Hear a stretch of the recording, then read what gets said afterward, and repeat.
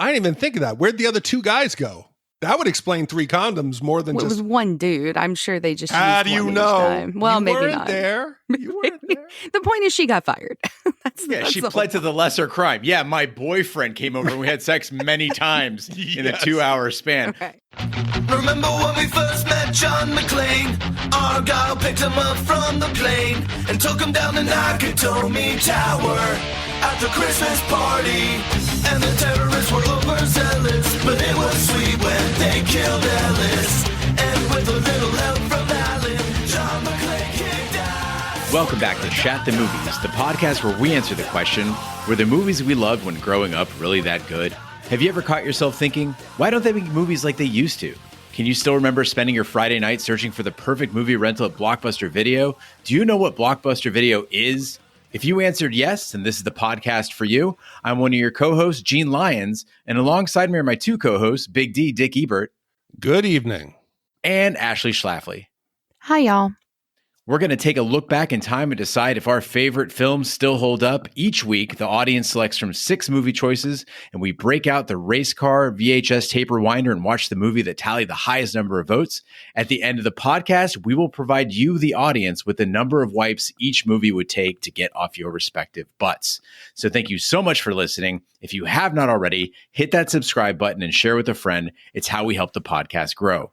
Additionally, you can subscribe to our sister podcast, Shat on TV, where we review TV series such as Westworld, Taboo, American Gods, Game of Thrones, True Detective, and Watchmen. And coming up August 16th, Lovecraft Country on HBO will be covering that as well. Go subscribe, find out more about it at shatontv.com. And finally, for those who absolutely crave all our Shat, Tuesday through Friday, live on Twitch. You can follow and subscribe to our Twitch channel, shatthemovies.com/Twitch, where you can catch both past and live content every week. Now, all that being said, Big D, what movie are we doing today? So we're lucky to have such wonderful listeners who've been willing to support the podcast the 4 years that we've been doing it. And normally it's out of the goodness of their hearts, but sometimes it is to mark a very special occasion. We've done birthdays. I think we've done a bar mitzvah, but I do not know if we had done an anniversary until now. So we have a gift from a husband to his wife, and it shows that guys just know how to be romantic with their wives by commissioning a podcast from us. And it is for a movie that his wife really enjoys, and it's become part of their family holiday annual celebration of Easter and Christmas. And it is the 1987 American teen comedy film, Adventures in Babysitting. And Helen writes, hi, guys. Firstly, I wanted to say just how much I love your podcast. I found you during season 7 of Game of Thrones and listened to all of those before starting on the back catalog of movie podcasts. You all really make me laugh, even when you were super mean to Roger. I am so excited that you are going to review Adventures in Babysitting, but I just wanted to correct something. Andy says that I like rom-coms, which is true, but I felt that he has assumed that this film falls into that category, and I wanted to say that this is absolutely not a rom-com. It's just funny. I first watched it on DVD with my sister, who is 3 years younger than me, when I was about 19, and we thought it was hilarious. Once they were old enough, about 7, I introduced my 2 kids to the film, and they enjoyed it so much. My sister did the same, and over the years, the cousins have watched it together numerous times during Easter, Christmas holidays, which has brought my sister and I great joy. There are some quotable lines in a brilliant song which my kids used to sing almost every time I left them with a babysitter. When they heard that Andy had commissioned it, the kids wanted to make him watch it straight away, but he is saving it for nearer the summer, and honestly, I am not sure how my 16-year-old son and furiously feminist 18-year-old daughter will enjoy watching it now. But I remain loyal because it is a movie that leaves you with a smile on your face, and to be honest, sometimes that is all we want out of life. I am not sure it will be your or Andy's cup of tea, but I am looking forward to hearing your thoughts, and Andy will almost certainly prefer it to something based on a Jane Austen novel. Keep safe during this pandemic, and thank you again for a great podcast, Helen. Well, Adventures in Babysitting, also known as A Night on the Town in certain countries, is a 1987 American teen comedy film written by David Simpkins and directed by Chris Columbus in his directorial debut. Now, Chris Columbus is a name that comes up often on this pod, so I did not know this was a directorial debut, and you can see now it makes sense after knowing that. It tells the story of Chris Parker, who has agreed to babysit after her boyfriend, Mike Todwell, stands her up. Expecting a dull evening, she settles down with 3 kids for a night of TV and boredom. But when her frantic friend Brenda calls and pleads to be rescued from the bus station in downtown Chicago, the evening soon explodes into an endless whirl of hair-raising adventures. The film was released on July 3rd, 1987, the peak of Hollywood's summer blockbuster season, and was a hit with audiences, grossing $34.4 million against a budget of just $7 million. The film was adapted into an unsold TV pilot of the same name for CBS in 1989, but it wasn't picked up as a series. However, a remake of the film was produced as the 100th Disney original movie and premiered on Disney Channel in the United States and Canada on June 24th, 2016. Ash, Big D, we always ask, where were you when you first saw this movie, and what are your memories of Adventures in Babysitting? So when this movie came out in 87, I was 13 years old. I was an awkward, naive suburban kid. Even though I grew up 22 miles, something like that, from Manhattan, I lived in, the suburbs. And for me, Adventures in Babysitting, I remember it as this wild night out. I was like, wow, that's what it must be like if you went into the city without your parents. I loved Elizabeth Shue. She is my ideal dream girl in high school. She's beautiful, she's funny, and she's normally bubbly energy, like positive energy can just be annoying. With Elizabeth Shue, she pulls it off. I loved her. But going back and now watching this as an adult who's not as naive, it was a very different experience. I have to say, I agree. This was a very different experience for me watching it today versus when I was a kid. This is a movie I definitely remember first watching sometime, I'm sure, in the early 90s. And I remember really liking it. I thought it was super cute. I thought it was fun. And it was one of those movies like The Goonies and like Home Alone eventually became, that kind of were on a rotation in our home that we watched as a family. I remember really liking Chris's character. I remember thinking that their adventure really was like this crazy high stakes adventure when I was a kid. But like you, Big D, watching it now as an adult and as a parent, I had a much different experience. And I'm excited to kind of talk about those differences with you guys. I wanted to take a second and thank Andy and thank Helen and thank everyone who commissions movies, because when we first started out and we just did the voting, right? I mean, we weren't good enough for people to commission, honestly, but when we just did the voting, it was movies that Big D or Raj or I had seen. We put those up for the vote, right? Well, turns out we hadn't watched a lot of good movies. And so the commissions have given us a chance to have people say, this movie is great. You guys should watch it. And it's given me the opportunity to watch movies that I had dismissed in my head because of what I remembered from my childhood. So when I was a kid, I knew that this movie had like Thor. I thought Thor like rescued some kids. There was a hostage situation on a skyscraper or something. That was about it.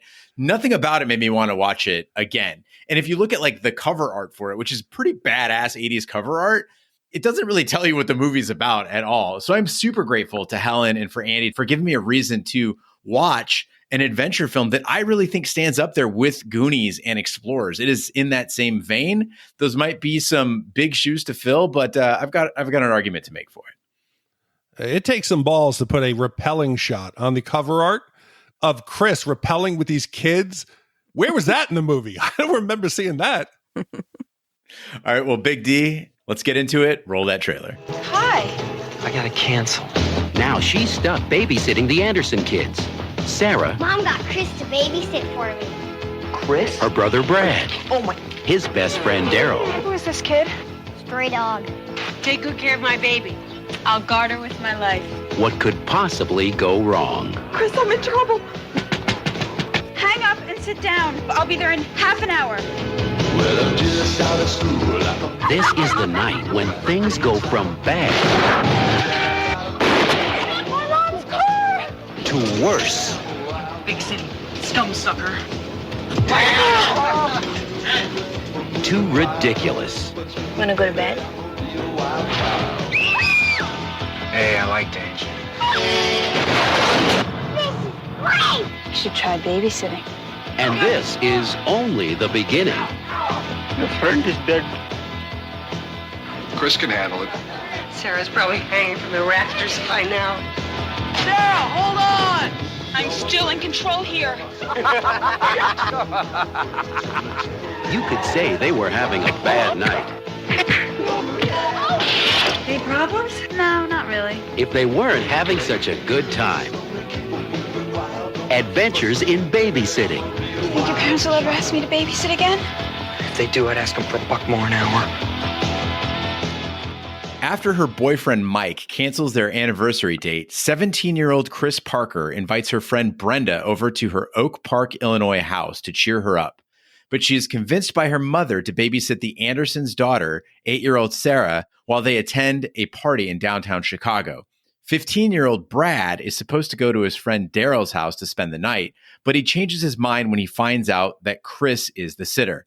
After receiving a frantic phone call from Brenda, who ran away to a downtown bus station, Chris plans to go alone to pick her up, but is coerced by Brad, Sara, and Daryl to take them with her.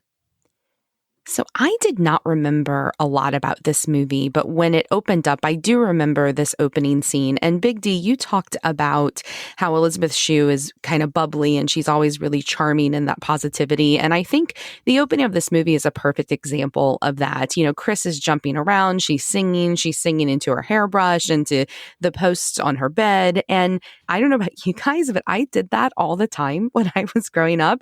And I am 37 and I still do this. I sang into a wooden spoon tonight.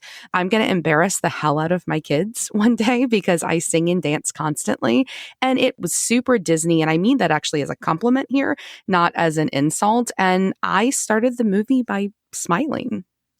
Helen said it in her letter that it's just a feel-good movie. It makes you feel happy. And Big D talks about this all the time when he's watching movies about you're watching the movie and then you're like, what's going, you feel your face and you're like, oh, I'm smiling. This is what's happening here. I'm smiling.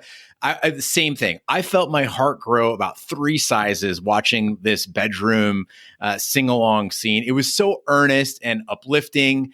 And this might seem impossible to younger generations who are listening, but we really did this. This is not fake. Elizabeth Shue this is not a make-believe world. We all did this and it felt great. It was a great part of life. Yes. And kids who didn't grow up in this time, you didn't have an app for everything you wanted. You didn't have social media. You had to be creative. A fucking hairbrush was a microphone. You know, you had to go out in the yard and build something with sticks. And you see her, she's bubbly, she's happy. And then we're introduced to Mike. Now, Mike comes up, kind of recognize him. It's Bradley Whitford. And this dude he's had a good career. He's done television. He's done theater work. He's done writing. He's done some directing. He's a playwright. He's established a career that is worthy of a Juilliard-trained actor. But at this point, he was unknown. This was his first big break. The only thing he had done was some TV. He did the Betty Ford Story. It was a TV movie. And then he had a bit part on The Equalizer. So he pulls up in that red Camaro with the So Cool license plate. That was his car. What the fuck? Bradley had some balls on him. After The Equalizer, he must have taken that sweet Equalizer cash and bought the Camaro and been like, I'm coming to the top, baby. That makes me so disappointed because I love Bradley Whitford. I was a huge fan of The West Wing, and, you know, he plays Josh on West Wing. And it was kind of fun to see him in what I thought was going to be a role where he looked young, but he looks 45 already. He has a receding hairline. I mean, he doesn't even look like he's in college. I mean, he looks like a grown ass man. And I've said it before in the podcast that this is just an 80s thing that teens look old as fuck in 80s movies. I mean, even Elizabeth Shue, who is beautiful, she does not look like she's 16, 17 years old. I mean, she looks like she's much older than that. But I mean, the license plate thing is just throwing me. It's really disgusting. So when Chris opens that door and Mike is standing there, I thought that this was like a blind date. Like some much older guy showed up and she was like, what the fuck? And then they're like, oh no, this is her boyfriend. They've been together for a year. And the only thing I could think of is this casting was intentional. Like we're supposed to find no redeeming qualities about Mike so that there's no debate over whether he's worthy of this absolutely dazzling Elizabeth Shue, right? Like if you can imagine if he was a hunky dude, then you'd be like, oh, well, maybe she likes him because he's hot. In this case, it's very clear to us, I think, that she likes him because she doesn't know her own self-worth, right? Like that's the point of casting this guy with a receding hairline and like a dumpy leather jacket. And he's got those sweet ass aviator glasses with the wraparound arms, in case he's out, on his crotch rocket. He's in a car. What do you need those glasses cool. for? Yeah. And It's in the title, but babysitting plays a huge role in this movie. Growing up, my mother, she's Swedish. She came to the U.S. as the nanny for the Swedish ambassador to the UN. But all my life, there were kids in the house. She raised probably, I think, 20 kids from birth to like teenager, not including my sister and I. So I was always around kids. And you know that my nights were taken up with nothing like parties or cool friends. So I actually did some babysitting. Some nights, if I wanted to make some extra money, I would just sit around and watch TV. And I would say I wasn't the most attentive babysitter. If there was something on TV, I would basically let the kids do whatever they wanted. But I was nowhere near as reckless as Chris is. So babysitting is a concept that I don't have a lot of reference for. I remember when I was growing up, my mom bought me a set of the Adventures of Babysitting Club books, and I couldn't relate to it at all because I had never personally had a babysitter. I grew up with so much family around that we always just kind of got watched by, you know, aunts, uncles, my grandmother, who's a very young grandmother, she would watch us. And so I thought that maybe once we had our own children that I would have experience with this, but we have only had a terrible experience with childcare. We've had 2 nannies for our oldest son because he had health issues. And the second one, she's lovely. She's wonderful. I wouldn't classify her as a babysitter because she stayed with him, you know, for 10, 12 hours a day. But the one we had before that, we had intended to use as both a nanny and a babysitter. So somebody to watch him during the day and somebody to watch on date nights, like what's happening here with Chris. And that ended very, very quickly after we went out on a date night and we came home and found multiple used condoms underneath our couch. And we confronted her about it. And sure enough, yes, she had her boyfriend over. And needless to say, we got both a new nanny, have not had a babysitter since. We just use a cousin that we have close by. And we also got a new couch in the process. So that is my babysitting experience. So reckless like Chris, just reckless in a much, much different way than we're about to see her have over the course of this movie.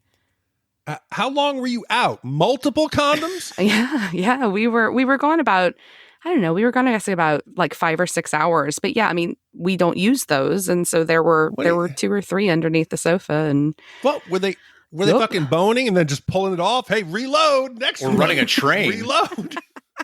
Maybe. I mean, I'm glad she had a good time. I just wish it hadn't have been on my fucking sofa. So I didn't even think of that. Where'd the other 2 guys go? That would explain 3 condoms more than it was one dude. I'm sure they just how used do you one know? Each time. Well, maybe not. There. You weren't there. The point is, she got fired. that's she pled to the lesser crime. Yeah, my boyfriend came over and we had sex many times in a 2-hour span. Right. Listen, I mean, fucking at my age, you have sex like once a day and that stops. You're like, fucking done. But, you know, same as Ash, my giant family means multiple aunts have daycares. I'm not shitting you guys. I have, at this time, 3 of my aunts have daycares. And so your kid just immediately gets shipped to one of those. But of all humans on earth, I do not understand why it is the norm to have a teenager watch your child. A teenager seems like the last person you'd want to entrust with a child. Like, I'm frankly surprised that parents don't have a minimum age of like 50 for a nanny. Is this an economic decision? Like, why? They're cheap labor. But it's your child. I agree. I don't want to go someplace that's cheap to get like my eyes done, like an optometrist. I don't want to get a tattoo that's the cheapest. You really shouldn't be hiring the cheapest possible care for your child. But that's why you get somebody like Chris. That's what you get. Well, and this was the 80s, right? Like, parents had much lower standards. I feel like my parents certainly did in the 80s than we do today. I mean, they've got care.com with multiple background checks that you can run on people today that you couldn't, you know, do back in the 80s. But it isn't just about childcare, though. I mean, also, I think what makes this almost like a period piece is this overt fear of downtown that is prevalent from the beginning of this movie. It's kind of like a character in and of itself, this personified fear of the big city that starts right after Chris begins her babysitting job, where she gets this call and Brenda has run away to all places, to the bus station in downtown Chicago. And when she calls and she's terrified of everything all around her, I actually laughed out loud because it reminded me so much of my mom. Even though we grew up in New Orleans, she's terrified of other huge cities, especially those with subway systems. Movies like Adventures in Babysitting have made my mom terrified of bus stations and subway stations. So I get it. And it was funny, but it was a little ridiculous here. Like, you can tell, like, from the get-go that this is going to be another story about this white suburban kid who's afraid of this, big bad urban, downtown. And the moral of the story is pretty apparent from the very beginning. And I think that the bad guy in this film from the start is Brenda, because who the fuck runs away from home to a bus depot? Who calls their teenage friend to come and pull them out? I mean, I don't know if you guys ran away from home. I did once to a donut shop down the street, and I was there for 3 hours, and my parents never knew because I got scared and went back home, but I at least brought money with me. And so, like, the ridiculousness of that kind of makes Brenda's character just an idiot from the start. Yeah, if the movie has any misstep, it's the Brenda character. She's easily the worst part of this movie, Ash. Penelope Ann Miller plays Brenda, which is shocking. They really uglied her up. And Penelope Ann Miller can be very good. She was very good in, like, Carlito's Way, which is one of my favorite movies. And I understand that she's supposed to be clueless, suburban, white girl, like in an urban world, but she as a character is unlikable. They could have had her do the same thing, but maybe put her in real danger and then actually make her someone we like. Like, what if Brenda was a character we're like, oh, we love Brenda. Oh shit, Brenda's in trouble. We got to go help her. Fuck Brenda. Seriously. She deserves to be held accountable. There has to be consequences for her actions. She knew Chris was depressed. She just had this big night ruined. She got all dressed up. She was singing, and then Mike changed the plan. She doesn't want to be babysitting. Couldn't you wait a day to run away? But no, just like usual, Brenda only thinks about Brenda. So I'm not going to feel bad when some homeless lady who can't afford to go to an optometrist steals your glasses. Suck it up, Brenda. You deserve it. And on the topic of the homeless, I'm going to spend a lot of time on this podcast defending Adventures in Babysitting. You're welcome, Helen. But one thing that's indefensible is this movie's view of homeless people. Like, Brenda is freaking out about her dire situation, which is spending time at a bus station. There is a homeless man outside the phone booth that she is hogging, and he's trying to tell her, that's where I live. That's my home. And she is so self-centered that she kicks his shit out of the phone booth. She evicts a homeless man from his homeless home. His home is Brenda's nightmare, and she doesn't give a shit. And guys, I've lived in cities from Oakland to New York, and this attitude to the homeless, it is a real thing. Like, if you live in a city where you don't have a homeless population that is like a permanent homeless population, there are people who live in the city, Portland is the same, who literally are like, oh, this city would be so nice other than the homeless people here. Like, they're not human beings with a right to exist.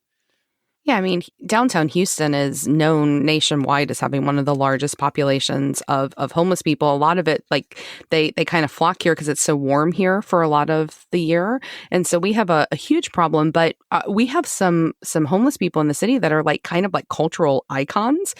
There was a gentleman, like, he was known as the Muffin Man because he sang "Do You Know the Muffin Man" outside of the Galleria, outside of Neiman Marcus.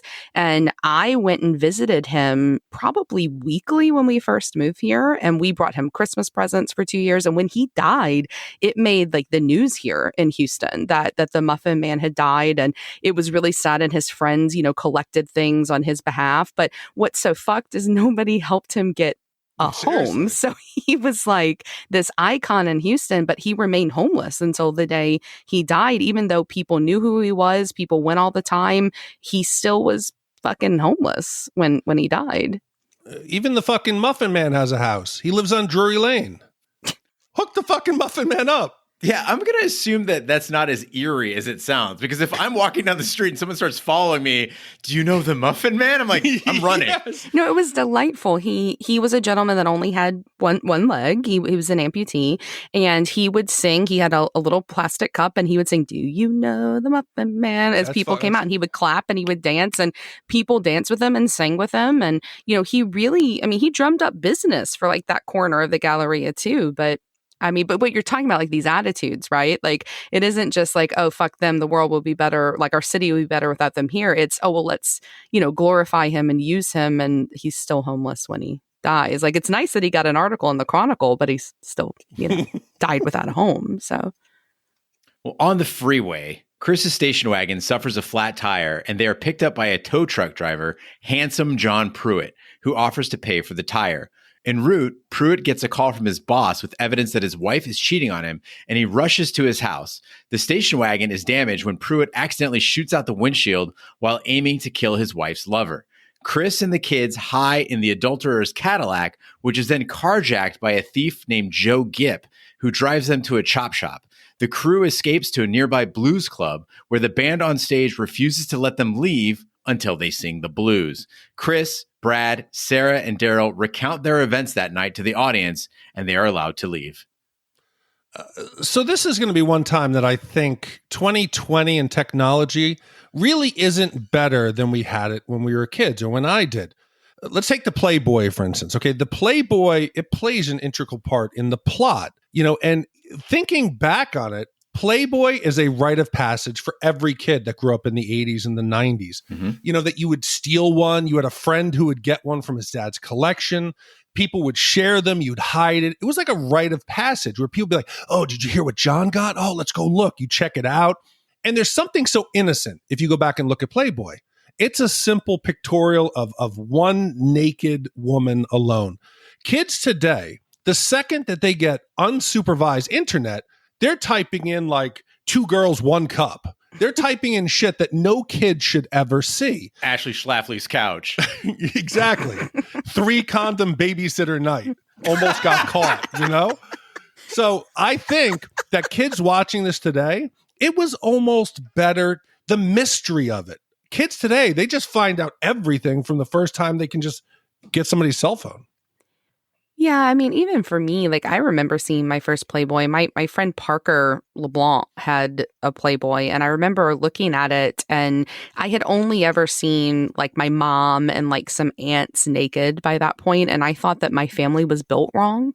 Like there was something wrong with my family because they looked nothing like that. But that was my only experience with the Playboy. I mean, I think I don't mean to be sexist, but I think it's like a very like guy thing in the 80s that you grew up wanting to look at that stuff. I mean, I never had any desire, like say like a Playgirl, maybe it's just because dicks are ugly, but I do remember looking at one. So, well, there is a magic to Playboy. I think Big D is right. So I'm a member of the Hash House Harriers, and it's a running club.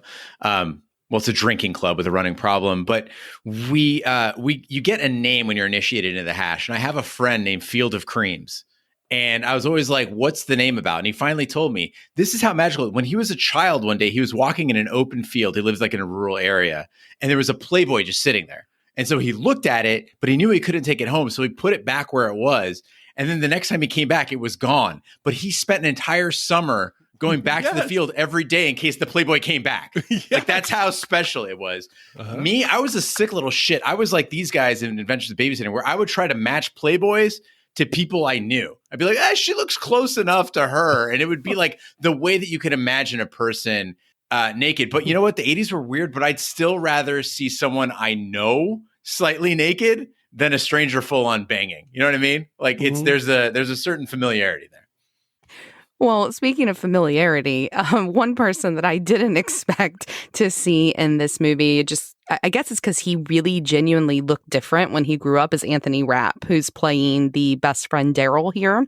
I'm a big Anthony Rapp fan. He's the original Mark in the Broadway musical Rent. I think he's great in that role. He's obviously in Dazed and Confused, but I was really disappointed by his character and just how kind of young and gross his role is. And I know that there's this 80s character trope of the, annoying best friend or the sex crazed, tween that is in all of these movies. But I think that kind of classic characterization, I think, is one of the most problematic things that hasn't aged well from the 80s to now, because, him being sex crazed, it's not charming. And him one of the first things he does is make a really not even funny rape joke. And I mean, not that any rape jokes are funny, but there's nothing charming about it whatsoever.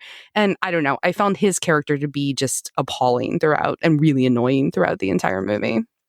Yeah, he definitely wasn't necessary, but I feel like if you wanted a benchmark for growth, like Sarah's really cool, but she stays pretty static throughout the movie. Chris is responsible. She stays pretty static throughout the movie. You see a little bit of, growth with Brad, but like, I think that Daryl is the one that seems to like adjust the most quickly and like grow up a little bit during this movie. Well, I mean, spoiler alert, he ends the movie by trying to look up the shirt of Brenda, who's passed out in the back seat. So I don't know how much growth is there, but maybe. I mean, I didn't say he became a hero. Just he kind of grew up from the experience. But if you ask people about Adventures in Babysitting, they'll mention Thor or Chris or the iconic Crane Communications building. But I can't remember anybody talking about Joe Gipp, who, when I saw him in this movie, I was blown away. He is this beautiful black man who proves to me that Adventures in Babysitting isn't a racist cautionary tale about the city. He is a black man stealing a car for who? White men. And he cares so much about the kids that he won't drop them off in bad neighborhoods.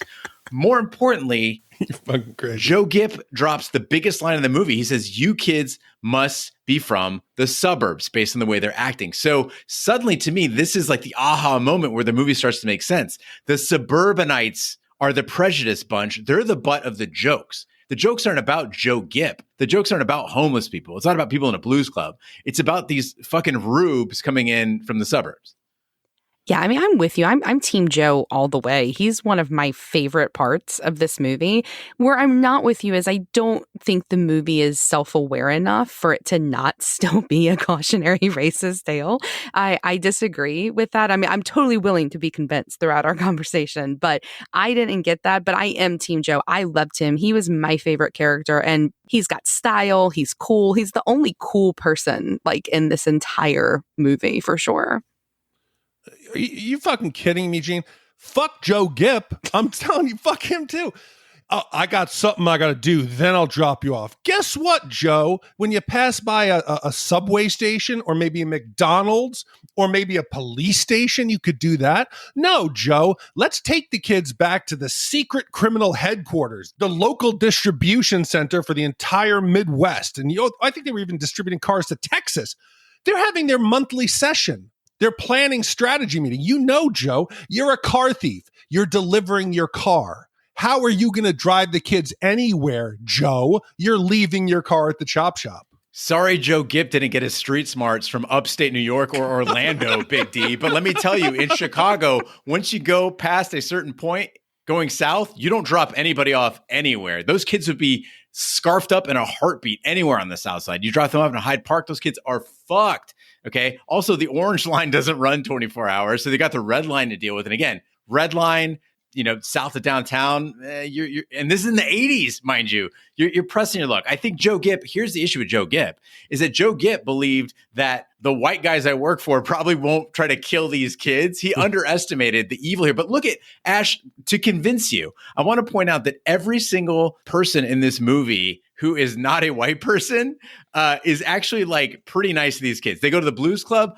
They're nice to them. The lady stealing Brenda's glasses, she needs glasses. She's not malicious. She even gives her glasses. Like she's not trying to, it's a 50-50, swap. But basically, I think the point being is that look at who the bad guys are. It's fucking crusty old white dudes. I totally agree. And I'm glad that you brought up the Silver Dollar Room. When they stumble on stage, they're terrified. Why are you terrified? You just interrupted a band performing in front of a packed house. What did you think they were going to do? They're going to be cool with it? I think they're cool. And they said, hey, listen, we can tell you kids aren't around here, but we just need you to sing the blues. And I just had flashbacks to Weird Science. And I wondered, is this a thing where every group of lost white kids in a city have to find a juke joint? Do you remember in Weird Science when out of the blue, for some reason, Gary ends up in some smoke-filled blues club and he's spitting this, it's so hard to live with my parents. It's actually called the Gary Blues. Well, what is going on here? Why was this needed? Yeah, I never got these scenes growing up. I mean, growing up in New Orleans, every place looked like that. Like every place in New Orleans was a hole in the wall. And so I never understood why kids, were scared or why these places were supposed to be so quote unquote like exotic. So I totally agree. But the singing, I mean, poor Elizabeth Shue, she can't dance. And it was pretty painful to watch, the choreographed routine and even just to hear her sing the blues. I mean, I hate awkward humor. And I mean, I was cringing throughout this entire scene because I felt really badly for her for that performance. Well, the band leader at the Silver Dollar Room is Albert Collins, who sadly passed away in 2016. But you guys are absolutely right. These white kids sing the blues scenes are just embarrassing for everyone involved. They're embarrassing for the white kids. It's embarrassing for the band. Can you imagine being a respected blues guitarist and being like, you want me to do fucking what? And you're paying me how much? Like Albert Collins gives a shit. You don't leave without singing the blues. Albert Collins is like, get the fuck off my stage, But the point being is this was really cool because of a shift in power dynamic during this song. The black characters get to judge the white characters. That is super fun. Do we actually believe that the henchmen, this band of car thieves that's in there, are they stuck there too? Yeah, you have to sing. They have guns on them, I assume. What are they going to? We better not. Don't pull your guns out. There's a bunch of black people in here listening to music. Let's just get up on stage and sing. But listen, the big bad doesn't even have a fucking notepad and a pen. Like, how prepared do you think he is to pull off some crimes here? I'm going to leave my notes on a Playboy. Makes sense. The fuck? But, Ash, you mentioned downtown was a character unto itself in this film.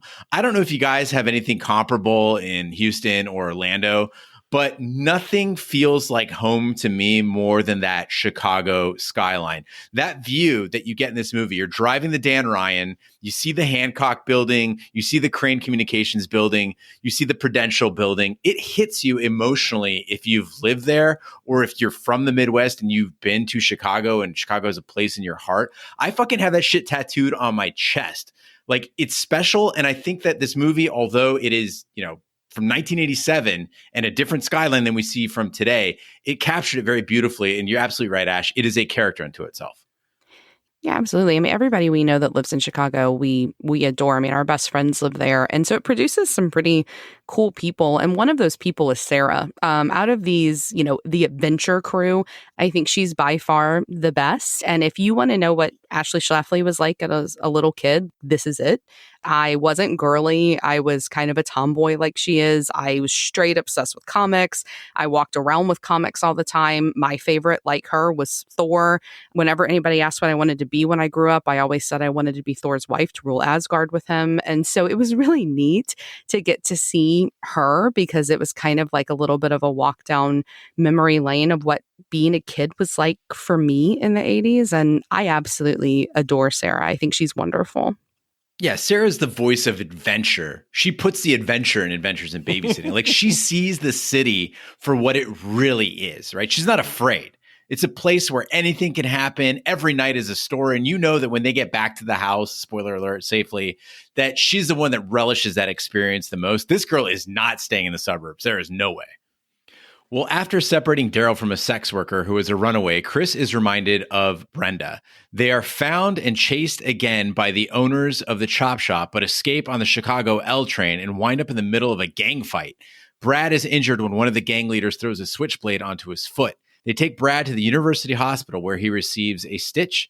There they run into Pruitt, who tells the kids he replaced the windshield, but Dawson wants $50 for the tire. The kids come across a frat party, and Chris becomes attracted to Dan Lynch, a gentleman who learns of Chris's problem and donates $45 to help. He takes them to Dawson's garage and drops them off. So I'm going to say something here, and I don't know how people are going to take this, but I think Chris is the worst babysitter ever. She is selfish. She's completely irresponsible. I knew from my time as a babysitter that I had to take it seriously. Parents are entrusting their kids' safety with you. Does Chris take that responsibility seriously? No. Instead, she forces them to lie to cover up for her recklessness. She forgets her checkbook. She takes the kids into the city. She almost gets them shot. She exposes them to a car thief, an illegal chop shop, gangland violence. She even gets poor Brad stabbed by the lords of hell. Daryl gets into a fight at the fraternity house. He almost gets beat up by some big bow hunk. And then he's propositioned by that guy's girl for oral gratification. And somehow she thinks it's a good idea. Hey, let's all climb out on a beam like 50 feet above a concrete floor. How could this not end badly, right? At this point, let's call the police. Let's make sure the kids are safe. Let's do what's right. But does Chris do that? No. Kid safety comes second. I don't know about worst babysitter ever. I think Ash's nanny takes the cake for that one. But, Chris did some good things. Like, she tried to get them help at every turn. There were several times where she tried to take control of the situation, even when things are spiraling out of control. And, she had a chance with Dan to she could have just given into it and partied with him and whatever and had a romantic night with this cute frat boy. But instead, she stayed on mission. She got the cash. She got them a ride to Dawson's mechanic shop. She's not the worst ever. I mean, she does get them in the middle of a gang fight on the L, although it is the lamest gang fight that has ever been portrayed in a movie, other than maybe like West Side Story, where it's intentional. Because if this were what gangs were really like, I mean, the world would not be quite as dangerous of a place. They literally come in and they pose with their props, their chains and their switchblades. And I don't know if you guys watched Arrested Development, but this reminded me of that episode where Tobias gathers all of the male strippers and they do outreach and musical numbers to get through to the real gangs. I mean, all of it, even just the way they said the word bitch, like it's the worst word ever. I thought it was hilarious. And this actually was one of my favorite parts of the entire movie. Listen, it was a lame fight. It wasn't great, but we did get to see, as another part of Chicago's characters, the L in the 80s. Like, I kind of hate how everything's been sanitized for the new millennium. Like, those old train cars were much more lived in. They had character. Like, I want to go ride one of those. I thought this was going to break out to like West Side Story, where they were going to have a dance off. Or I was expecting that Michael Jackson was going to come around the corner and they were going to start singing Bad. It was Beat It. Not Bad, Beat It. No, Bad. It's bad. It's bad. It's where they're in the subway station. He's like, and he's like flipping his wrist back and forth. But I want to go back to something we just talked about. Gene, you're saying that she's not the worst babysitter, right? She couldn't get them to safety. You can't drop somebody off on the south side. They're going to be dead. The kids are in a hospital. Brad's been stabbed. The hospital has a telephone and police. So don't give me that bullshit. She has an out to get the kids home safely. But no, he didn't die. It doesn't matter. Call the fucking parents. How can you explain when that fucking medical bill comes? They don't have cell phones. How's she going to call them? They're at a party. At the hospital. The parents are staying. No, the parents don't have cell phones. How are you going to get a hold of them? You just stay there until the kids are safe instead of out in the fucking, spoiler alert, on the top of a fucking skyscraper hanging from a rope. Well, let's get back to University Hospital, because my stereotype alarm went off when they showed us Dr. Nuckbane, and he's like, "Oh, I'm kooky foreign doctor," and I was like, "Oh no!" Like, he's vaguely Indian, but not. And you also might recognize him as the hot dog vendor in Ghostbusters. I know you guys are all big fans of the hot dog vendor in Ghostbusters, but I had to look him up. And then I see the name in the credits, like Dr. Nuckbane, played by Sam Moses. And I'm like, oh no. They had a white dude playing Indian doctor, but I found out Sam Moses is actually short for Samson Moses. And this guy's got a fascinating story. He was born in India as the youngest of 11 Orthodox Jewish children. And that family fled Baghdad, took refuge in India. He was born there, decided to become an actor. And then, now he's Dr. Nuckbane. So congratulations to you, Sam Moses. Yeah, and I think it's okay to kind of laugh at some of the ridiculousness of the characters, even if they are slightly stereotyped, like we did in like Clueless and like we talked about in Heathers. But I just felt like it wasn't that it wasn't funny. I just felt that the movie was dragging by this point. I wish that they had kept to the 80s model, that perfect thing of 90 minutes where you turn it on and an hour and a half later it's over, including the credits. This is an hour and like 47. And so those extra 17 minutes, I personally started to really feel at about the point when they got to that hospital. Yeah, and maybe it was confusion because this was Disney's first foray into the PG-13. So there was some question what they could do. But in my head, I kept thinking this was like a PSA for like, suburban kids, stay out of the city. It'll be very dangerous. Phone booths with homeless people, rats, black car thieves. You're going to find gang violence on the subway, young prostitutes. It seemed like it was this heavy-handed message, right? And I'm thinking as the movie's going on, oh my God, what terrible crime did these kids witness? Did they see somebody murdered? Did they stumble into some like kind of drug manufacturing like warehouse? It's a car thief. Come on, give us, I think we deserved a better crime for them to witness. Like maybe somebody gets shot and they're really running for their lives. At no point did I think they were in real danger. Well, Big D, I want to judge this inner city judgment, but I kind of wish I had seen that PSA, because when I first moved to Chicago, I was 27 years old. I was broke. I was living in Logan Square. And I looked in the newspaper. I'm like, let's see something to do that's free. And they're like, free Kung Fu at the park. And I was like, cool. And I saw the park. I just had to get on one bus going south on Kedzie. And I would get there. And I sat on the bus. And when I got on the bus, a lot of people looked like me. In about 20 minutes, half the people didn't look like me. And in about 40 minutes, nobody looked like me. And the bus driver literally told me, you are not getting off this bus. You're going to go back up. And I was like, but I want to go to the Kung Fu. He's like, you don't understand what the fuck's happening here. Like, you need to stay on this bus. And so, maybe some kids in the 80s, there was no internet. They might have needed this messaging.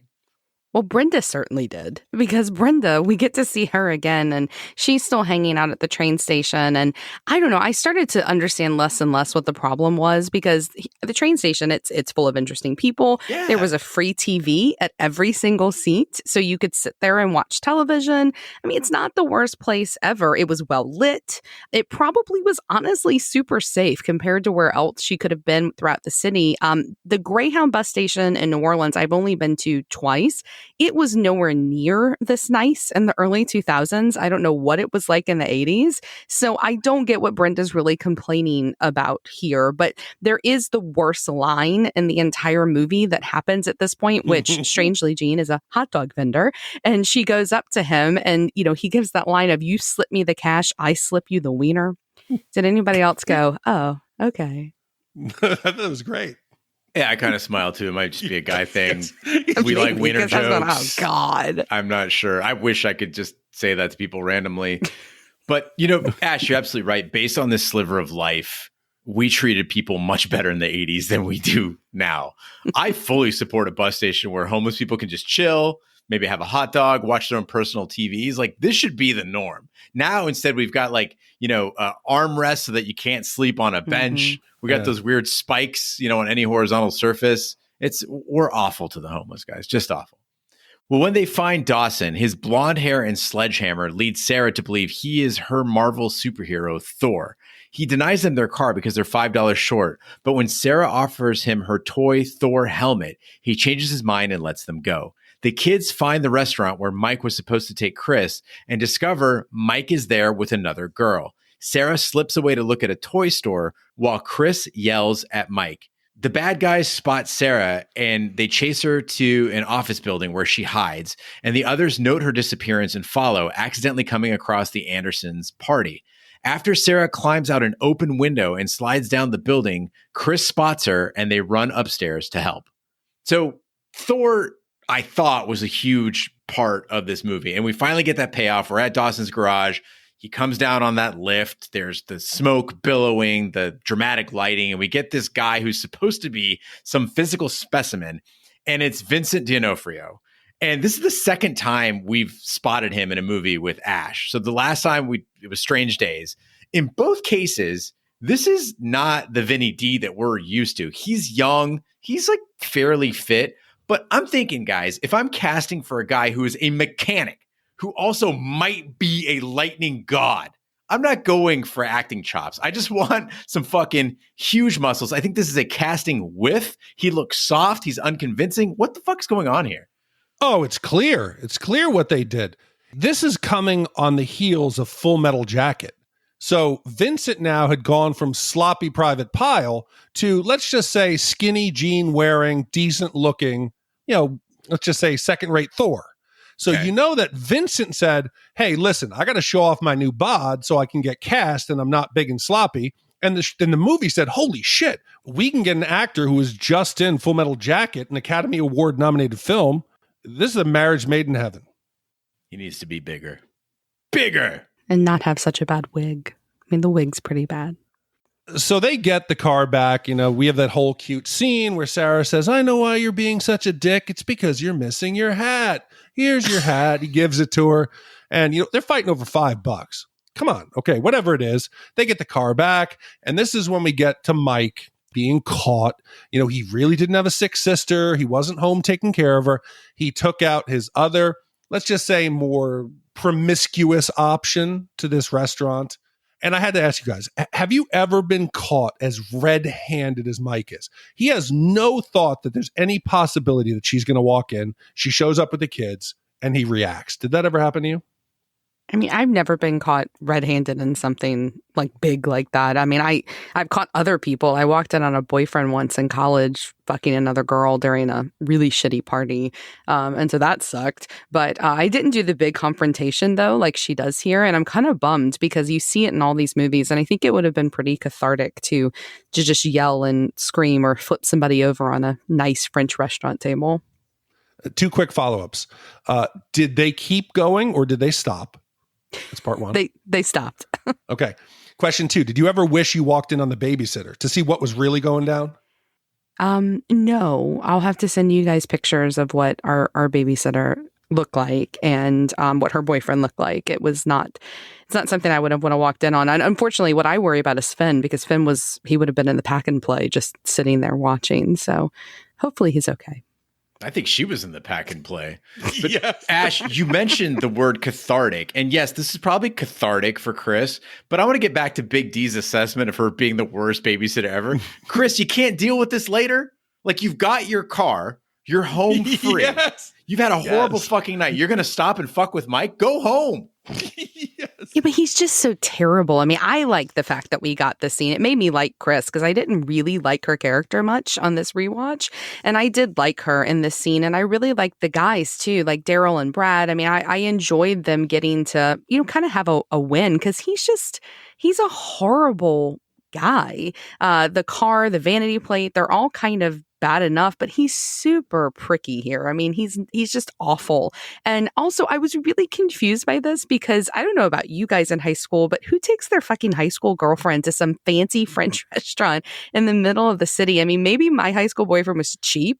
Like maybe I just didn't get these kind of guys, but we went to super cheap places on dates except for prom. I mean, so is this something y'all did? Because I didn't get fancy shit until I got to college. The nicest place I've ever taken a date is Rustler's Roost, which is a restaurant where you can eat rattlesnake and then you can exit the steakhouse by riding on a slide. The bigger question here, though, is Mike is cheating on Chris with fucking sesame plexer. Like, yes. Like I get it. She's supposed to be an easy lay, but that chick is ratchet. Like her hair is fucking weird. Her face is fucking weird. Give us something believable, like something that would make her envious. Or maybe that's supposed to be the insult, right? Is that it's sesame plexer. No, well, he says that, Elisabeth Shue, that her legs are connected at the knee. So she doesn't put out. But seriously, Elizabeth Shue, she deserves the nice restaurant. That might have gotten her to decide to give it up. She was getting all dressed, singing in the mic. That might have been the big night she had planned. Mike could have fucked it up. That girl, that side piece he was with, Sesame Plexer, that is a Sonic drive-in girl at best. Please explain. No, I'm saying that I wouldn't spend more than, like, say, $7 on a combo. I'm not taking her into the city. Oh, I thought you meant the type of girl who works at Sonic. I was like, no. I don't know what that has to do with it. No, I understood what he meant. No. I understood what he meant. Mm-mm. Well, after the group pulls Sara from outside the window of the Crane Communications building, the big bad, Bleak, confronts them. Joe knocks his boss out before giving him a Playboy magazine that Daryl had stolen, which contained important notes that the criminals wanted. Then Joe says he's getting out of crime. The kids retrieve Brenda from the bus station and rush home, narrowly avoiding the Andersons on Interstate 290. Once home, Chris cleans up the mess left earlier, settling into place just as the Andersons enter. Just as Chris is leaving, Dan arrives with one of Sara's missing roller skates. He says he needs a babysitter and is disappointed when Chris says she is retired. So he confesses the babysitter was for him. Chris decides that retirement can wait and gladly agrees to babysit Dan. With Sara's encouragement, Chris and Dan kiss outside as Brad closes his blinds. So like any good attorney, I've saved some of my best material for my closing arguments, and here it is. In the case of Shat the Movies versus Chris Parker, I present the smoking gun. Chris is not only a bad babysitter, she's a bad human being. Sara is hanging out the window. She's 3 feet away from you on a Chicago skyscraper slanted roof. Is she worried about, break the window, call the police, let's save this child? Instead, she's playing hide and seek with the Anderson parents. Call the police. Stand up. Say, there's your daughter outside the window. Does she do that? Because it's all about Chris covering her ass. It's all about fun, Big D. Where's your sense of fun? This whole cocktail party scene is great. There's a small child hanging perilously from the side of a skyscraper. I really loved it. The angle of listen, it's probably something I'll never see in my life again. The angle of a small child on the window while you're having a cocktail party. I'm in. Yeah, I agree. I thought it was really fun, but I want to return back to Joe here for a second because Joe has like his big moment at the end, and he really truly proves again that he is the best out of all of them. If you're going to have your closing argument against Chris, then I'm going to have my closing argument in favor of Joe Big D, because I don't think that Chris deserves his help. I think that in the real world that he'd probably get in a lot of trouble, maybe be killed by these horrible bosses for helping the kids out. And Chris just thanks him and kind of moves on. And I think that sucks because I think Joe's the good guy. I think he's the cutest out of all of them. He's the nicest to her. He gives her that smooth compliment at the end, which isn't gross or overbearing. It was really well done. And I think he's the one worth kissing, not, spoiler alert, the, whatever Ken doll that comes back from the frat party. Right? You got this cute man with dimples for days. He's street smart. He's willing to punch his own boss in the fucking face to keep you safe, and you skip on him for some pale-eyed Paul Rudd wannabe who happened to give you $45 that he got from his friends and dropped you off at a mechanic in the middle of the night. The fuck, Chris? Yeah, and the other thing that I thought was kind of, whatever about the end of this movie is, come on, like, she's gonna get ratted out at some point. You can't tell me that these kids are gonna hold on to this secret to protect her or have any sort of loyalty to her. At some point, it's gonna slip out because they're bragging or because they're using it against each other. The parents are gonna know she's gonna be in an insane amount of trouble because, anybody who's met a kid or had a kid, like, kids cannot keep their mouths shut, like, at all about anything they find exciting. You two are such pessimists. Big D's like, end the party for safety's sake. Ash, the kids are going to rat her out. This was the greatest night of their lives. I felt that bond at the end. I'm sitting here smiling. You guys are saying this is bullshit. Like, I have amazing nights that to this day I would never tell my mom about. And I hope for the sake of your souls that you two also have those experiences that you've just never told about. I'm going to tell you how it's going to go sideways. Daryl, he blackmails his way into the car. Yeah, he says, I'm going to tell if you don't take me. Mm-hmm. Then in the car, he's trying to cop a feel, take a peek, right?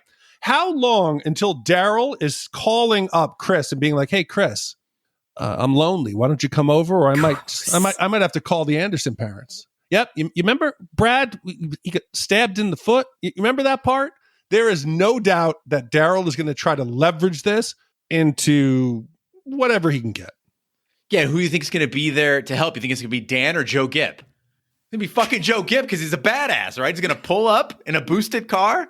He's going to give Daryl the look.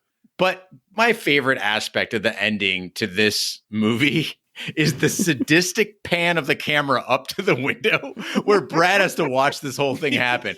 Like, after all the shit he's been through, the fact that he risked his ass several times to stick up for Chris, this poor kid has to slowly, like, turn by turn, close the blinds on himself to avoid seeing the woman of his dreams kiss another guy who just gave her $45. Apart from his homophobia, Brad is a pretty good dude. Like, Chris, you can't go somewhere else to kiss the dude who likely has a bigger age gap with you than Brad does. You both have cars. Could you just go somewhere else and kiss him? You sick asshole. Oh, I thought you said Chris was great, right? Chris is great. She's a good person. Changed my mind. You convinced me. You're an excellent attorney, Big D. Well, now is the time in the movie where we give our Shat scores. The Shat scores are a way of saying how many wipes it would take to take this movie off your bum. 5 wipes is a trip to Dawson's garage. It is messy. It is stinky. It is a sweaty Vincent D'Onofrio. And 0 wipes is a perfect Chicago skyline on a perfect summer night with Big D partying his heart out. Ash, we'll start with you. How many wipes did you give Adventures in Babysitting? So I didn't like this movie as much as I did when I was a kid. I thought that there were some issues in it. Like I said, I thought it dragged some. I thought it was really out of date in a lot of ways that aren't charming for an 80s film in the way that they age. I did think that Elizabeth Shue was fine. I thought she did as good of a job in it as someone could do in a role like Chris, which I don't feel is an overtly likable role. And I do think that there are a few cute moments that kind of keep it going. So I don't think it's a total waste of time at all, but I do think it's below average. You mentioned at the beginning, Gene, about like Explorers and the Goonies. I don't feel like this movie holds a candle at all to these other like Wild Nights, Wild Ride movies, coming of age films like the Goonies. I just don't. I think those are better films. They're much better films in the 80s and in the 90s both that I think are in kind of that same vein. But again, I don't think it's a total disaster. So I'm giving it a little bit less than average score of 3 wipes. All right, that's 3 wipes from Ashley Schlafly. Big D, how about you? So there's 2 parts to every review. The first part is how does it hold up? I mean, it's what it was back when it came out in 87. You know, there's really very little substance to it. It's supposed to be a fun, wild night out. Like Gene said, it's the greatest night of their lives. And that's what it was. It was a PG-13 interpretation of what the inner city would mean to these privileged kids who had never seen it. But I will say I was a little disappointed. My memory of it was so much better. But I can't let that change the fact that it was what it was back then. It's only special because of Elizabeth Shue, because of Sara being unique, introducing Thor that at the time, I don't even know if I knew who Thor was. It was kind of like an ancillary, Avenger, character. But I think, honestly, I got to go 2.5. It is exactly what I remember. Did it hold up? It's exactly what it was back then. And with that little memory of how we felt at the time, it was a more innocent period in everyone's lives. That's why we glowingly remember it. So I'm not going to agree with Helen and Andy's 2 kids who love this and watch it every holiday with my family, but I will say I was glad to revisit it and remember a simpler time. So 2.5 wipes from Big D, 3 wipes from Ash. For me, guys, I can't say this movie is as good as Heather's, which we just did. So it's not a 2, but it's certainly, to me, above average. Now, I think what it suffers from actually is incredible setups, but the jokes don't land, right? So imagine if I told you there's a movie where there's a kid hanging off the side of the Crane Communications building and is he rescued? Kids meet Thor. There's a blues scene, like sing along. Kids have to escape a chop shop.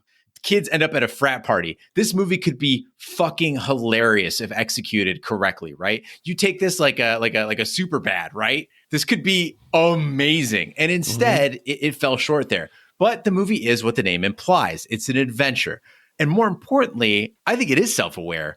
It is ahead of its time, in my opinion, in lampooning suburban life and paranoia about the inner city. I really do think that the kids, the parents, they are the joke. And the people of the city are like good, decent human beings that are turned into monsters by the prejudices of the suburbanites.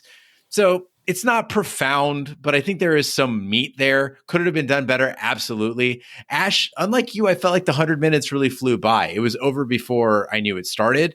So I felt like the pacing was on, but it's somewhere for me just above average at 2.25 wipes. So with my 2.25 wipes, Ash's 3 wipes, and Big D's 2.5 wipes, the average for Adventures in Babysitting is 2.583 repeating wipes. So I like to always say, oh, well, the system works. And I don't know if that's always true, but this one, when I look at where this lands, I'm like, what? The movie that it's tied with is perfect. So with a 2.58 repeating, that now ties Adventures in Babysitting in the 95 spot with Weekend at Bernie's. It is slightly better than Pretty Woman. It is slightly worse than The Fifth Element.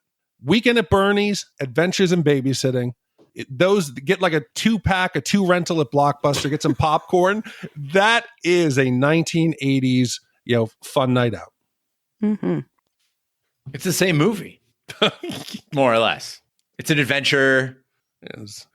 Well, nobody dies, Yeah, my point exactly. Other than that, All right. Well, now is the point in the podcast where we get to our shout outs. A shout out is our way of saying thank you for visiting shatthemovies.com. And if you'd like to get a shout out, go to shatthemovies.com, put your name in the shout out box, and we will read it on the podcast if it is even marginally appropriate. This week's shout outs go to Australia is the USA and New Zealand is the Canada of the South Pacific. That comes from realfacts@gmail.com. Nikki H, Liz, bro, do some shout outs. It's the only reason I listen. Big D's Bag Man. Planning on making a TV show called Rick and Mort. Do you think I'll get sued? Daddy Gene, Maintenance Lane, It Runs Doom, Jesse Russcannon, Mark the Pharmacist Burger, Lawrence Mark Foster, Roman Ayala, Juan Venezuelan from Australia, Anthony Longmore. Why is your cover art the dude perfect, guys? I am actually crying right now at the fact that American Psycho was released in 2000. The best movie of all time missed the cut by 1 year. And I was an extra in Crocodile Dundee. You better give it 0 wipes. So thanks to everyone for your shout outs. Again, if you'd like to hear your name on the podcast or you just want to learn more about Shat the Movies, check out our back catalog, see what's coming up. Big D has them scheduled out through 2021. You can find all that at shatthemovies.com. Big D, what's our next movie?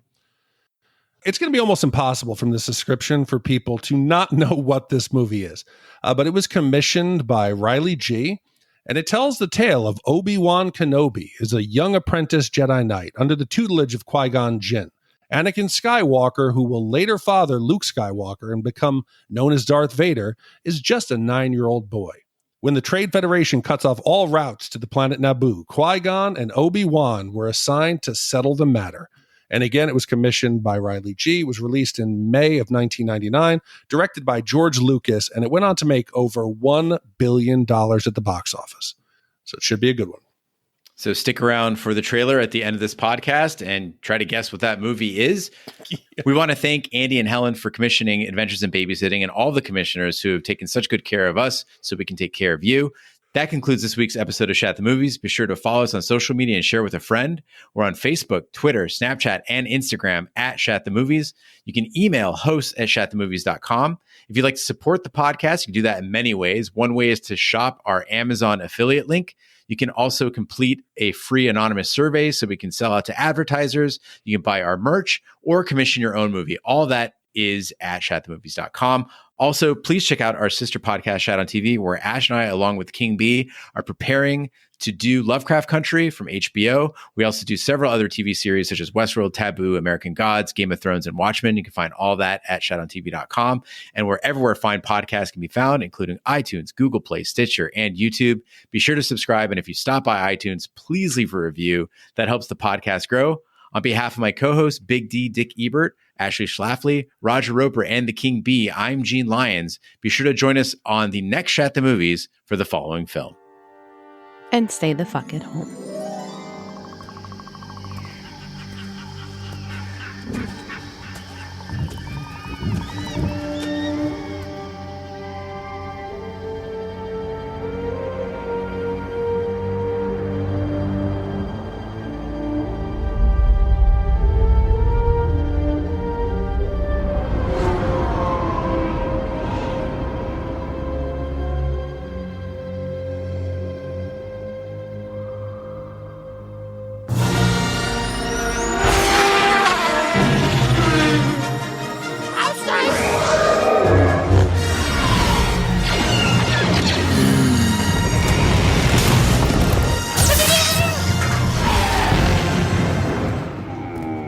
Refer to the prophecy of the one who will bring balance to the Force.